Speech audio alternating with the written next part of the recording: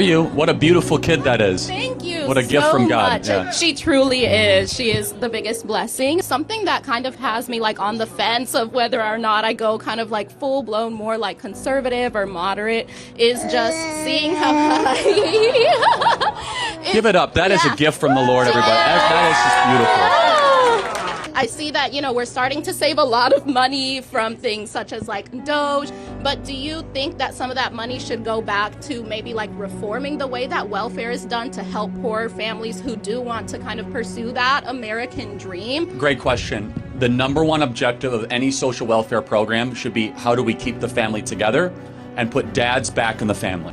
Unfortunately, in the black community, dads are the most absent of any community. About 2/3 of all black youth will be raised without a stable father around. And I know it's crazy, right? And that little precious angel of yours deserves to have a father around. And unfortunately, as we've removed dads from families, government has come in and has taken the place. So some people need help and they need social assistance. All of that should be about incentivizing the dad staying around, not the dad leaving. The Democrat Party does not talk about dads at all. The Republican Party, we are talking about how men need to be men again, in the home, take responsibility, provide for your family, and with strong families comes smaller government. So tell me, what is so offensive about what Charlie Kirk said? And tell me, where's the lie? So those of us who grew up in the hood, who grew up in predominantly black neighborhoods, damn near 95% black.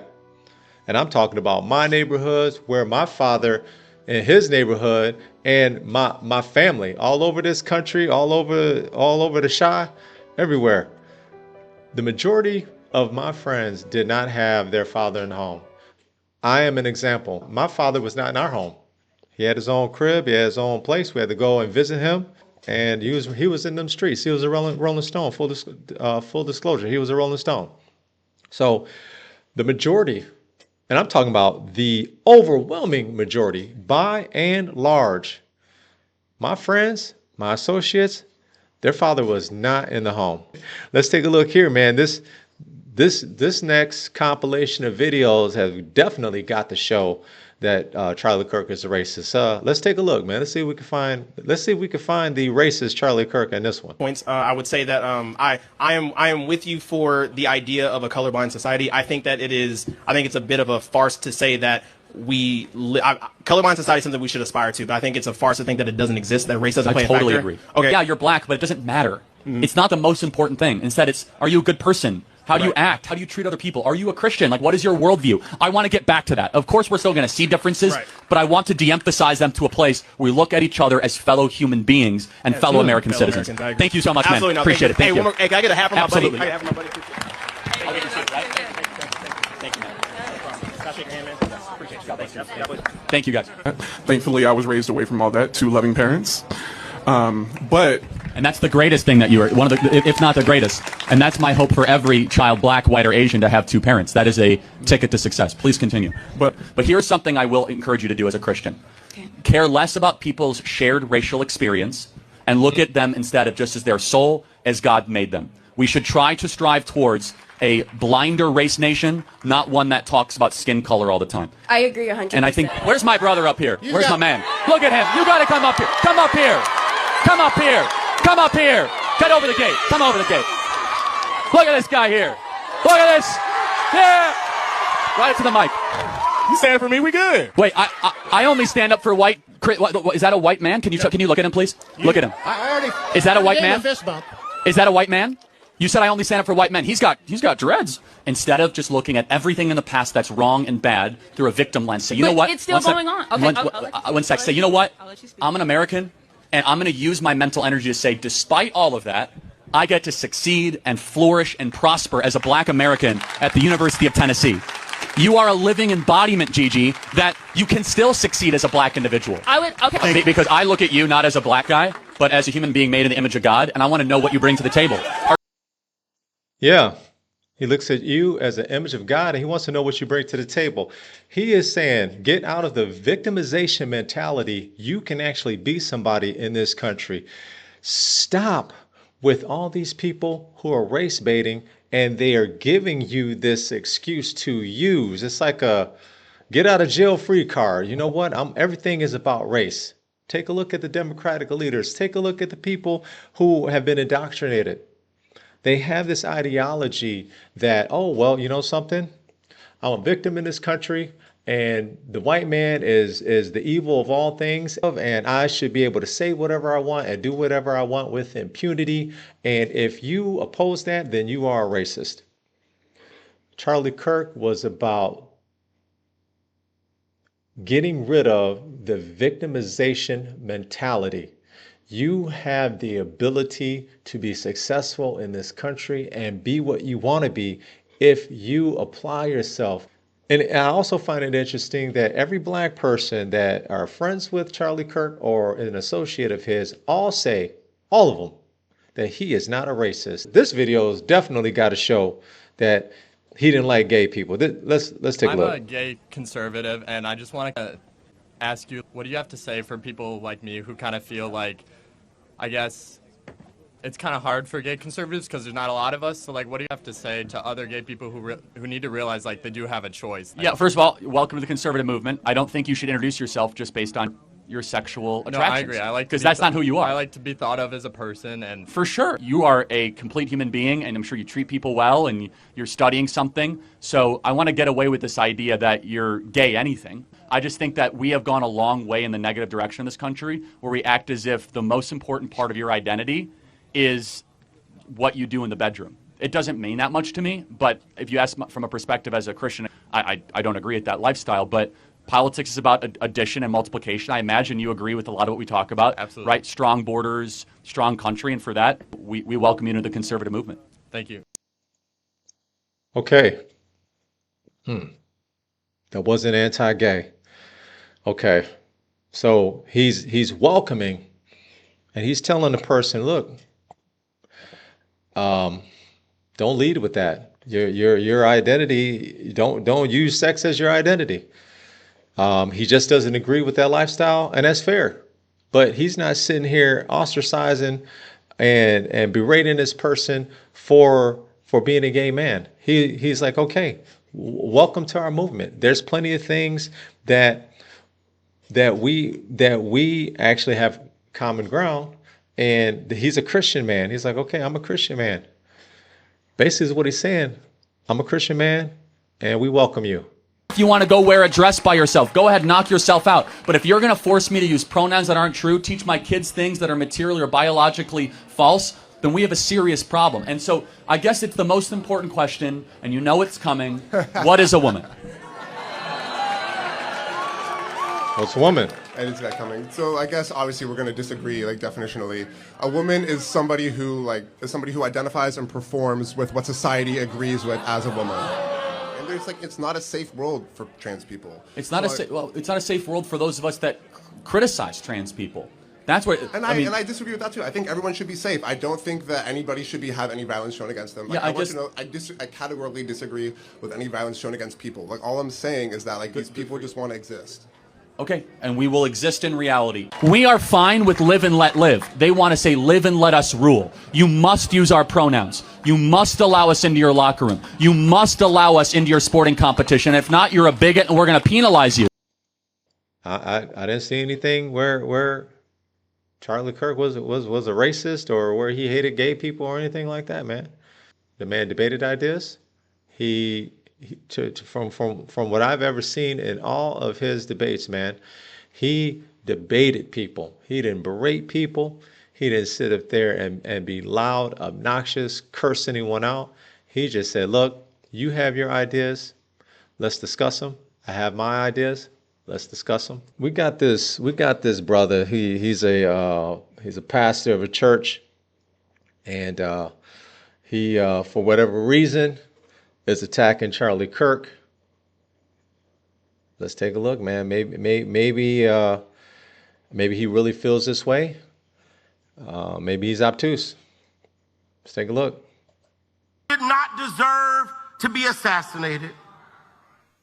Facts. But I'm overwhelmed seeing the flags of the United States of America at half-staff calling this nation to honor and venerate a man who was an unapologetic racist and spent all of his life sowing seeds of division and hate into this land.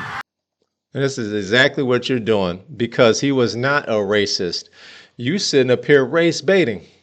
You sitting up here telling lies, casting aspersions on this man for what? For what? Have you even watched a full debate? At least one? And hearing people with selective rage who were mad about Charlie Kirk but didn't give a damn about Melissa Hortman and her husband when they were shot down in their home, tell me I ought to have compassion for the death of a man who had no respect for my own life. The difference is, brother, I didn't see any Republicans celebrating those people being shot down and unalived. I didn't see any Republicans or anybody that was on the right making TikTok videos celebrating these two Democrats who were unalived, I believe in Minnesota, if my memory is correct, I think. Also, I have family members, man, and friends who never watched a Charlie Kirk full debate, never. But they see these clips and they say, well, what about this? And oh, he was a racist. And look at the things that he said about black women. No, he was talking about 3 specific black women who actually acknowledged that they were DEI hires. The conversation, the full context of that podcast was about DEI hires.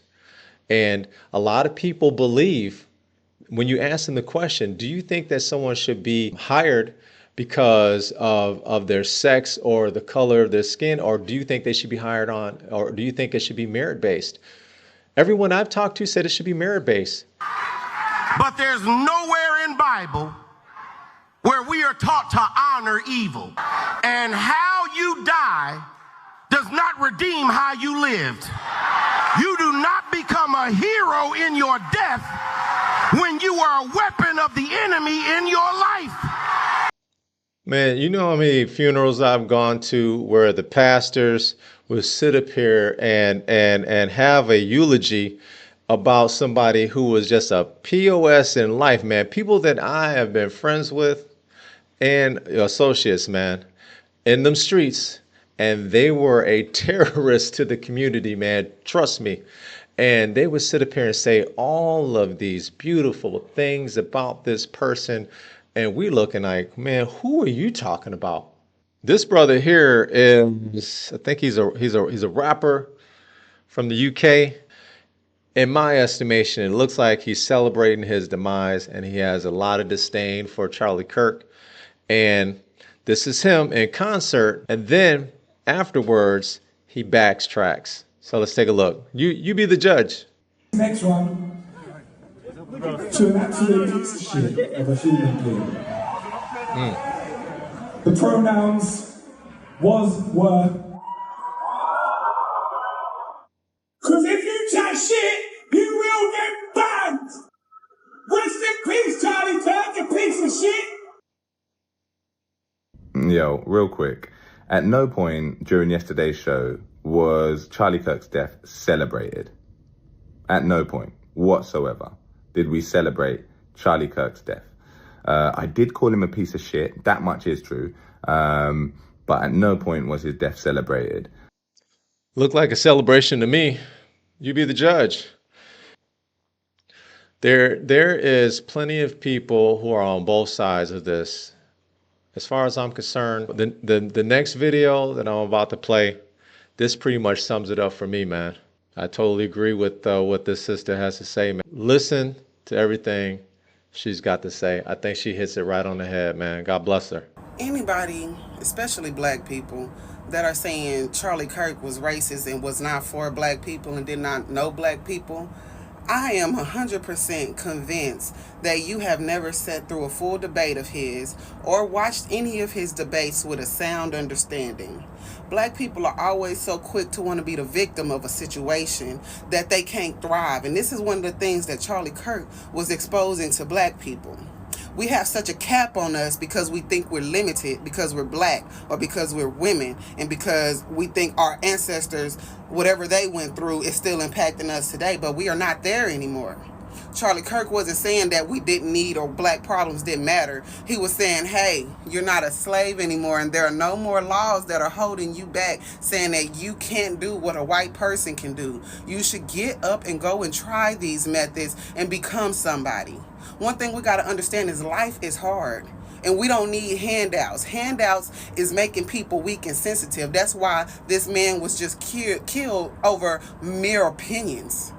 This man never said nothing racist or hated or hateful towards black people. I followed this man very closely and watched many of his debates, and I stand in agreement with a lot of the things that he say. And I just hate that we are a people who are so quick to be controlled by the word racism that just one little clip misrepresenting what somebody said is all we need to throw somebody under the bus. We got to think about this. Who are the kind of people, and not to, this was a white on white crime. And whenever these type of people get involved, that means there is some power being seeped out somewhere to the masses that the people in control don't want the power to be with. And this is what he was doing. He was showing a lot of people that are blind and programmed by the system to wake up and get out the matrix. And this was the problem. Telling black people you don't need government assistance because you can be somebody is not racist. Telling us that government assistance has hindered us because before we were on government assistance, we were a more successful people is not racist by reading and understanding the facts. Ever since we started getting subsidized by the government, we have been controlled by the government, and not in only what we can do, but how we think. And this is a person who challenges you to think for yourself.